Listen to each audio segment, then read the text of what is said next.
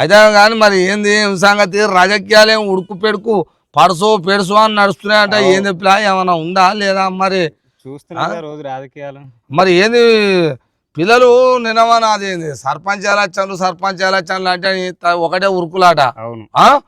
ఓ కొడుక నేనంటే నేను అన్నారు. కాదు పిల్ల పెద్ద పెద్ద లేట్ అవుతున్నట్టున్నాయి కానీ సర్పంచ్ ఇగో అది ఎప్పటికో గంట కప్పిరు అప్పుడే. అంతేనా? కోళ్ళను కమ్మినాడు కమ్మిరు చల్ల పడ్డరు. మళ్ళీ ఎప్పుడు వస్తాయి అంటావు? అవి వస్తాయి అంటే వస్తాయి అనుకుంటారా? ఇంకా వస్తాయి అనుకుంటున్నా. అదే వచ్చినాడు పోటీ చేయరాదు అయ్యేది.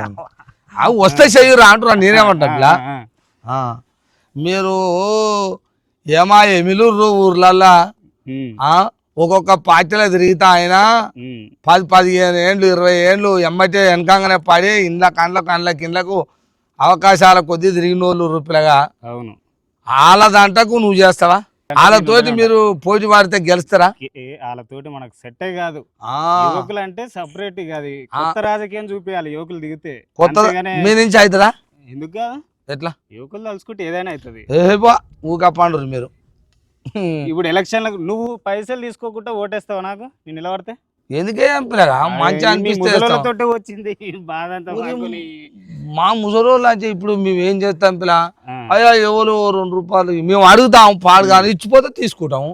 తీసుకోరు కానీ ఓటు మాత్రం ఈసారి యువకులకి వేయాలన్నా. మీ ముసలోళ్ళంతా మాకేమనిపిస్తుంది ఈసారి మేము బయటపడ్డట యువకులం అంతా. మీతోటి పెద్ద కథ ఉంది, మాకు పెద్ద దెబ్బ ఉంది మీతోటి. అది వాస్తవమే కానీ మేమేమనుకుంటామంటే ఏమనుకున్నా రూపాయి ఇచ్చిపోతే పాడు కానీ మాట తప్పం. ఇచ్చినా తీసుకోరి, మన పైసలే. వాడేమన్నా కష్టం చేసి సంపాదించుతుండా?